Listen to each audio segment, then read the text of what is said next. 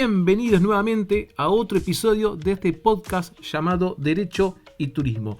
Mi nombre es Federico D'Angelo Martínez y hoy quiero contarles qué consejos tener en cuenta, qué cuidados tomar cuando estamos reflexionando, estamos pensando en presentar una queja o una denuncia o quizás también, ¿por qué no?, una demanda con problemas legales pero con un prestador turístico.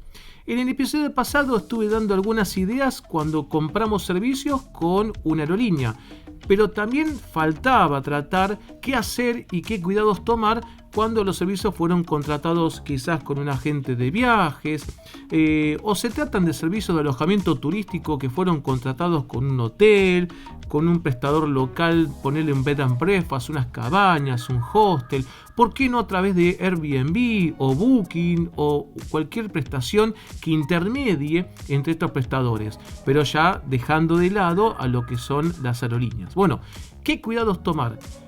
Y vamos a separar algunos aspectos. El primer punto, yo siempre recomiendo esto, y por más que les parezca minúsculo, créanme que es para mí de los consejos que suelo compartir, el que yo creo es el más importante. Y tiene que ver con dos cuestiones. Una es reflexionar mucho antes de presentar una denuncia. Porque aquí, ¿a qué me refiero o qué planteo con reflexionar? Sucede que con esto de la pandemia, que yo vengo ya contando hace rato y tienen un montón de material que ya he compartido tanto en mi blog como en mi canal de YouTube y también en episodios de este podcast, con la pandemia se ha generado toda una situación bastante conflictiva a la hora de prestar servicios. Y esto fue llevando a un gran volumen de personas que tienen problemas que vienen arrastrando ya desde el año pasado, 2020, y que seguramente los han contratado o principio de 2020 y también durante el segundo semestre de 2019, y lo contrataron a un precio específico. Lo que me refiero es que pagamos, por ejemplo, como suelo decir, 100.000 pesos, y si no podemos acordar nosotros con el prestador algún cambio de fecha, que quizás nos cobre un extra, que paréntesis, para mí no corresponde, pero ya después voy a hablar de este punto, y no estamos de acuerdo con esa propuesta, la salida que va a quedar va a ser la obtención de esa devolución. Claro, después en instancia judicial se podrán pedir intereses desde el momento en que fueron solicitados esos reintegros y no se hicieron cambio, pero no de allá del 2019 o el 2020, sino de ahora cuando estamos reclamando. Entonces, de vuelta, invito a reflexionar no solamente a los prestadores turísticos en esto de evitar las circunstancias del problema de que el viajero quiera presentar una denuncia y quiera reclamar la devolución, lo cual hoy económicamente es una etapa muy pero muy difícil. También al viajero invito a la reflexión porque quizás esto de tener derecho a reclamar, a fin de cuentas, en el punto económico, terminen perdiendo plata que de haber pagado quizás ese extra que nos están pidiendo, que si bien no corresponde, pero que a fin de cuentas nos sirve y nos cierra. No hay que perder de vista, y esto, bueno, a ver, estoy diciendo una obviedad, lo entiendo, pero bueno, lo resalto. No hay que perder de vista que el peso tiene una depreciación muy importante. Y no solamente por ello de la moneda, sino también por el contexto inflacionario que venimos arrastrando desde 2007-2008, con una inflación de 25 para ser redondos en adelante. Y esto fue gradual. Así que son puntos económicos a tener en cuenta a la hora de reclamar. A lo que yo voy a la parte práctica. No nos quedemos encerrados en yo tengo derecho. Muchos me preguntan y les termino contestando palabra más, palabra menos, lo que le voy a decir ahora. Ojo que sí, tienen derechos a reclamar, pero quizás el tiempo que pierden en reclamarlo, los costos que tienen que asumir para efectualizar este reclamo, termine no reflejando lo que debería reflejar de algo haber obtenido económicamente al comienzo. A lo que voy es, hagamos las cuentas, hagamos números, a ver si nos conviene o no nos conviene. Esto cuando les propongan quizás de viajar más adelante pagando un extra.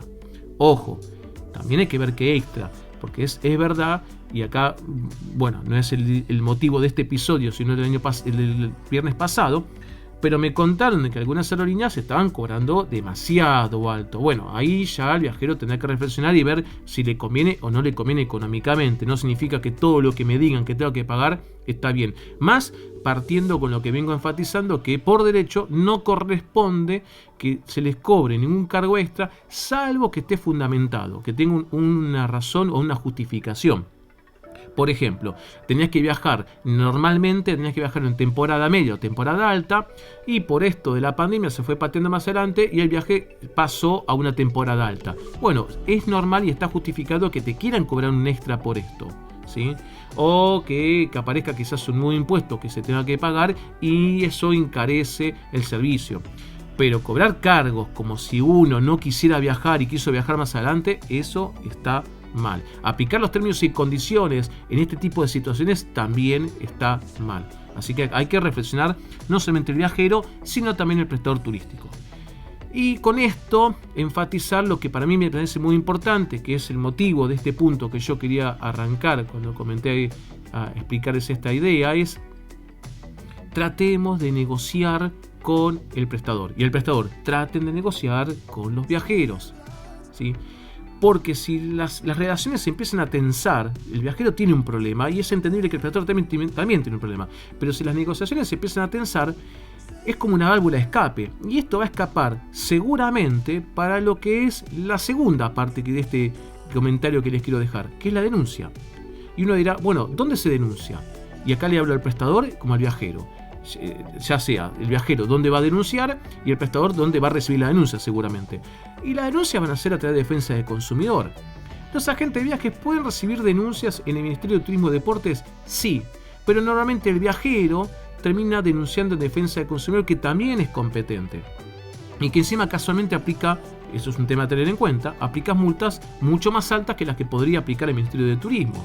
Entonces la gente suele presentar las denuncias de defensa del consumidor, sumado a que defensa del consumidor ya tiene bastante aceitado esta circunstancia de acuerdos. Hoy lo materializa a través de lo que se llama COPREC. Invito a que todos ingresen al sitio de defensa del consumidor. Yo se lo voy a estar dejando en este enlace más abajo, así lo pueden consultar. Y ahí cualquiera, de cualquier punto del país, tiene oficinas para donde acercarse y presentar la denuncia. Si no se acuerda nada en defensa del consumidor, más allá que después el expediente pueda seguir y aplicar una multa a la empresa, a lo que son los intereses del viajero no le va a quedar otra ya que ir a la instancia judicial. En defensa del consumidor, ¿es necesario ir con abogado? No, pero es conveniente. Yo lo aconsejo, y no lo digo porque sea abogado, lo aconsejo porque es fundamental ya ir armando la estructura jurídica del reclamo, con las pruebas y otras documentaciones más. Pero bueno, eso queda a criterio del viajero.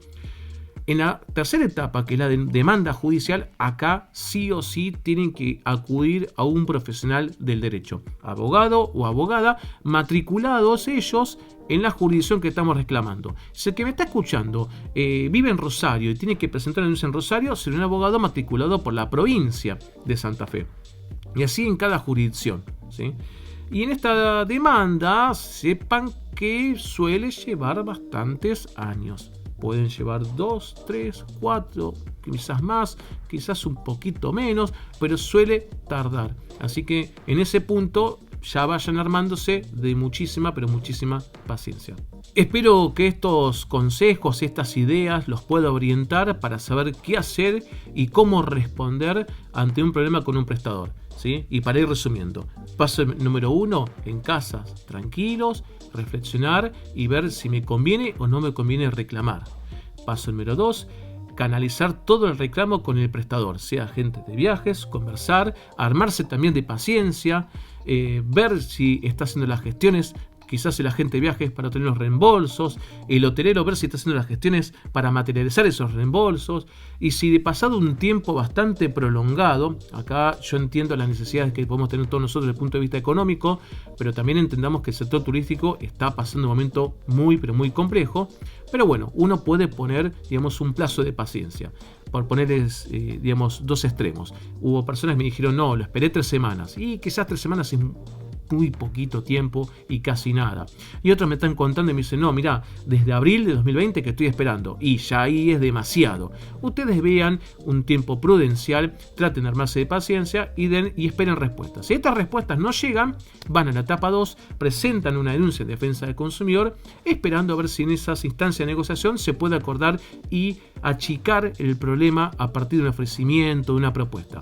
Si esto no sucede, damos paso a la etapa 3 con abogado o abogada obligatoriamente, asesorados me refiero legalmente, y presentan una demanda judicial. Esos son los pasos. Espero haberlos ayudado.